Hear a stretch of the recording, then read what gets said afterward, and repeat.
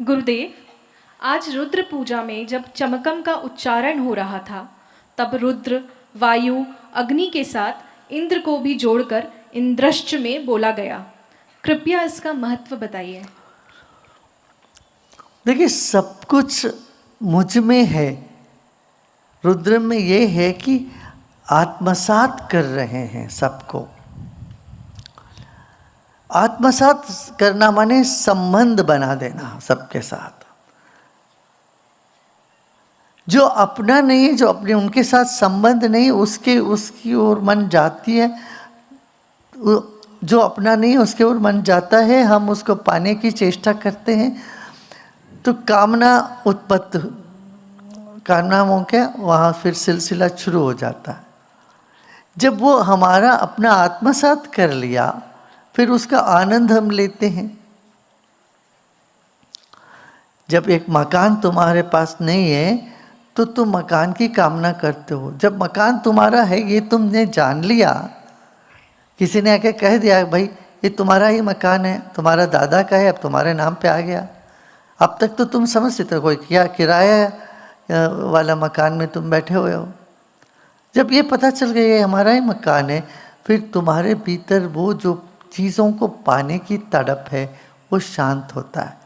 जब तड़प शांत होता है पाने की, तब सच में उसको तुम अनुभव कर पाते हो अच्छे से। तो सब चीज़ मुझ में है और ये सब मेरा ही स्वरूप है, ये जानने से आनंद उमड़ता है। इसीलिए वहाँ कहा है सब मेरा ही स्वरूप है। गुरुदेव, द्वैत का अर्थ है दो, फिर अद्वैत को एक क्यों नहीं कहा गया? अद्वैत कहने का विशेष कारण क्या है? देखो, एक कहने के लिए भी कोई तो चाहिए। एक कहने के लिए दो की जरूरत पड़ती है नहीं?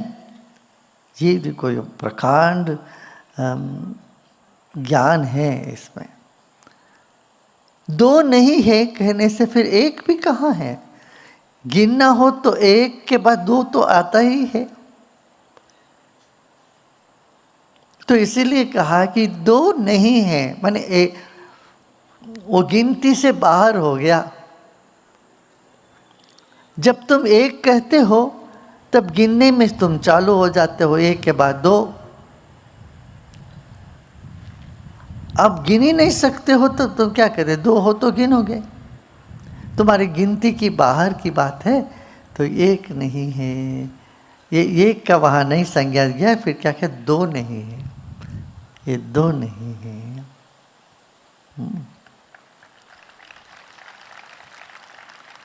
गुरुदेव, इसी से जुड़ा एक और प्रश्न है कि विशिष्ट अद्वैत क्या है?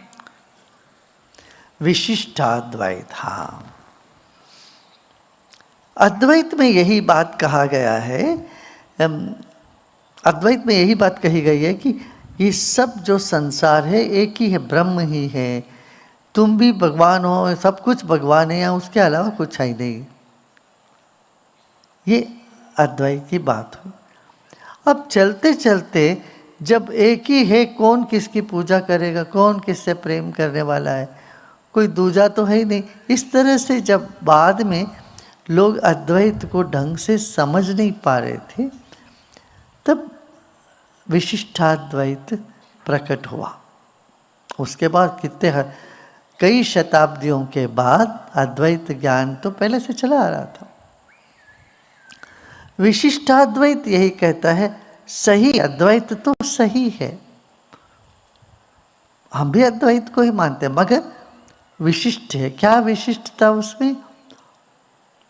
विशिष्टता यही है भक्ति।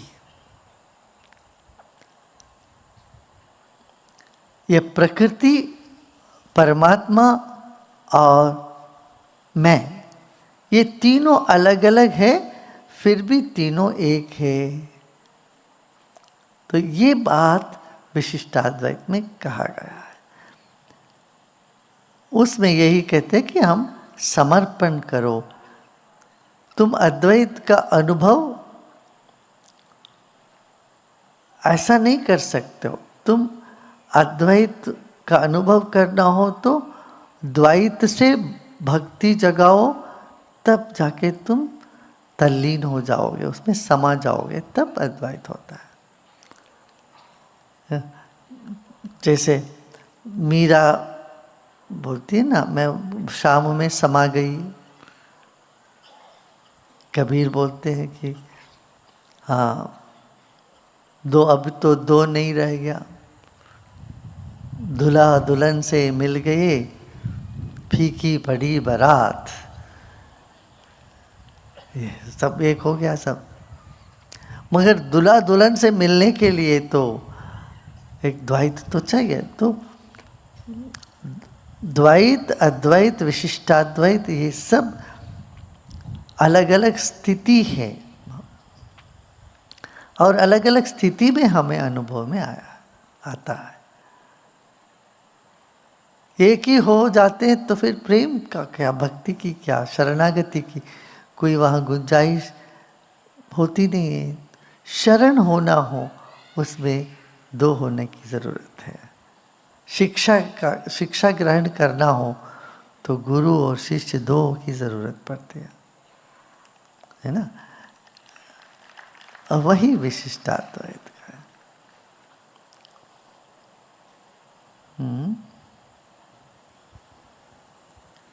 गुरुदेव, हिंदू मान्यता के अनुसार मुंडन संस्कार बचपन में होता है, संन्यास के बाद भी एवं किसी की मृत्यु के बाद भी कराया जाता है। मुंडन संस्कार का क्या महत्व है?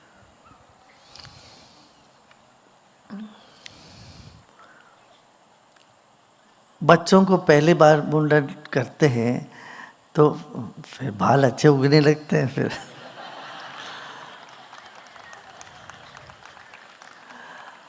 हाँ,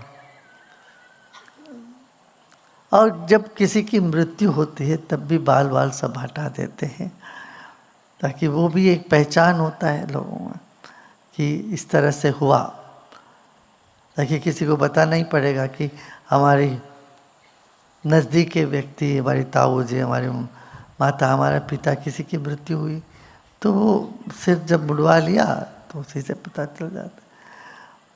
माने केश का त्याग एक प्रतीकात्मक ही है, एक प्रतीक है। उसमें एक जीवन का एक पड़ाव आ गया है, एक पड़ाव पार कर लिया है। इसीलिए किसी की मृत्यु वगैरह होती तो मुंडन करते हैं, तो एक चैप्टर, एक अध्याय समाप्त हुआ। हाँ, बच्चों को मुंडन में ये कहते हैं कि बिल्कुल वो एक अध्याय आगे बढ़ रहा है। अभी जब बच्चों को जनेऊ करके और पाठशाला में भेजते हैं तब मुंडन करते हैं। माने एक एक पड़ाव में इन्होंने इस तरह से बना रखा है। ये सब रूढ़ी है, पद्धति है। पद्धतियों के पीछे यही रहस्य है, जीवन को सुंदर और स्वच्छ बनाने का। सन्यासी का भी यही है। सन्यासी का सब हटा देते हैं मुंडन, चोटी भी हट जाएगी, जनेऊ भी हट जाएगी, कुछ नहीं, खाली हो गए। और कुछ कुछ रखना हो तो सब रखते हैं। पंजाब में तो नाई का कोई काम नहीं है। ऐसे जहाँ साधु संत महात्मा होते हैं उनका, वहाँ पर भी नाई का कोई काम नहीं, सब केशधारी रहते हैं। तो ये सब अपनी अपनी इच्छा का, अपनी अपनी मान्यता है, इसीलिए दुनिया सुंदर है। यहाँ वैविध्यता ही इसका सौंदर्य है, सुंदरता है। गुरुदेव, आप कहते हैं कि संकल्प से सब कुछ मुमकिन है। कृपया यह बताइए, क्या कोई ऐसा संकल्प है जो एक तरफा प्यार को आपसी प्यार में बदल दे? और अगर हाँ, तो वह संकल्प मंत्र क्या है?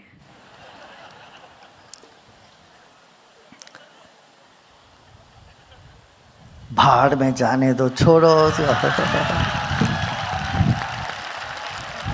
कोई तुमसे प्यार नहीं करता तो उसका भाग्य दुर्भाग्य है। तू भिखारी बन के उसके पीछे पीछे कटोरा लेके भागोगे तो वो और भागता है। ये सब नहीं है, कपोल कल्पित ये सब।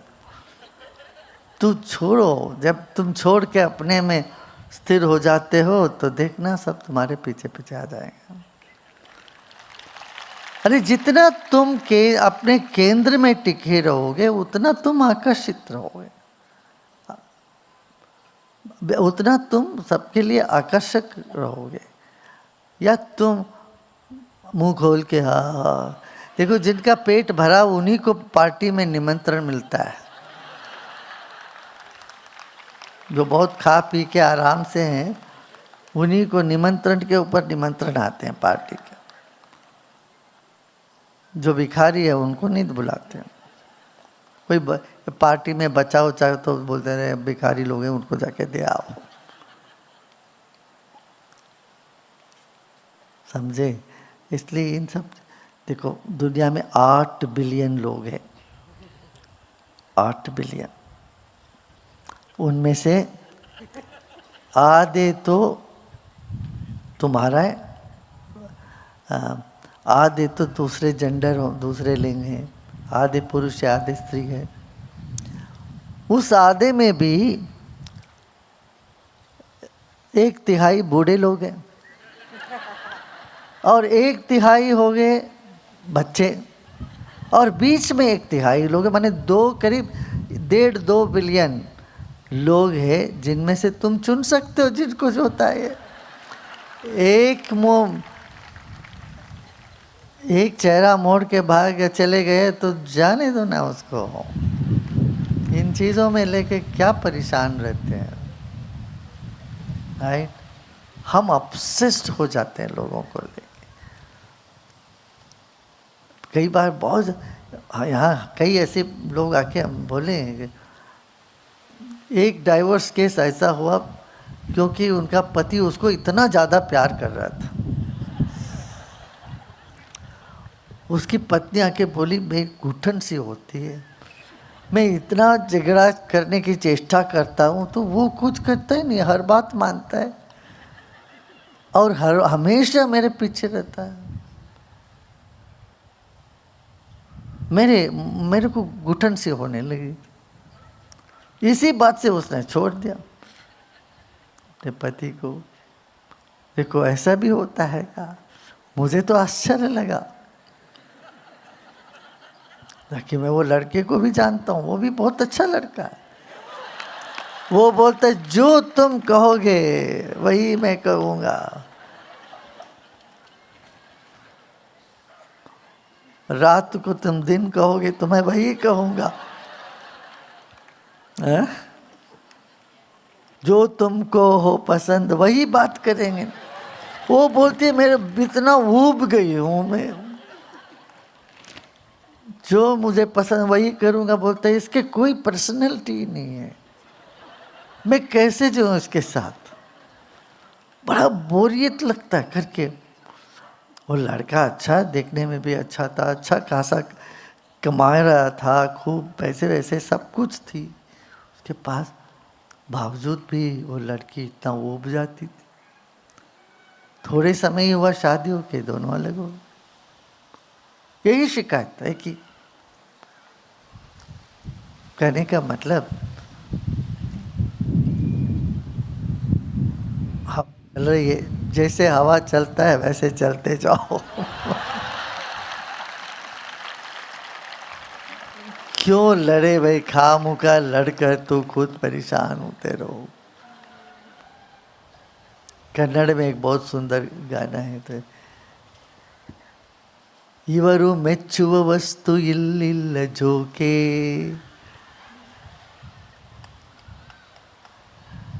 that which these people like, that material is not here. When it is hot they say it is too hot. जब यहाँ गर्मी होती है तो बोलते बहुत भयंकर गर्मी कहते हैं। ठंडी आए तो बाप रे बाप इतना ठंड है,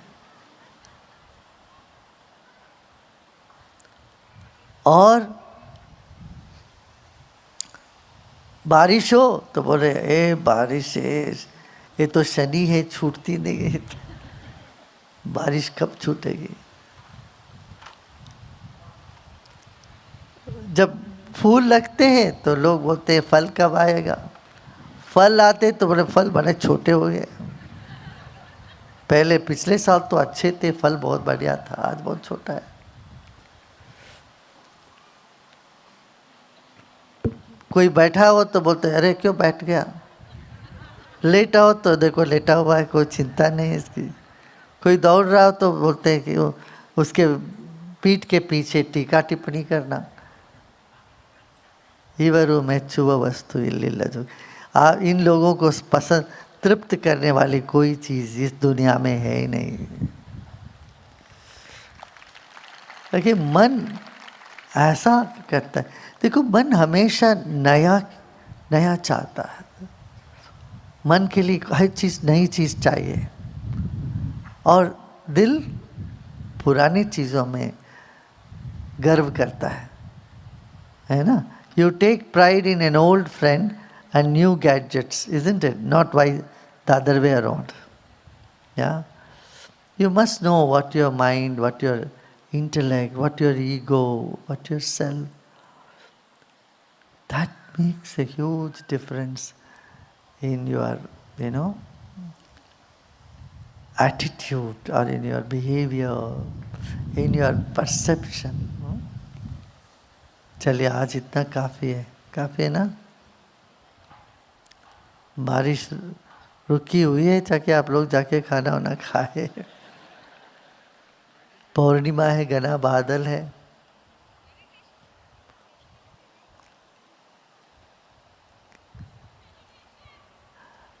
मेडिटेशन तो देखो ऐप में है, सत्वा ऐप है ना आप सबके पास।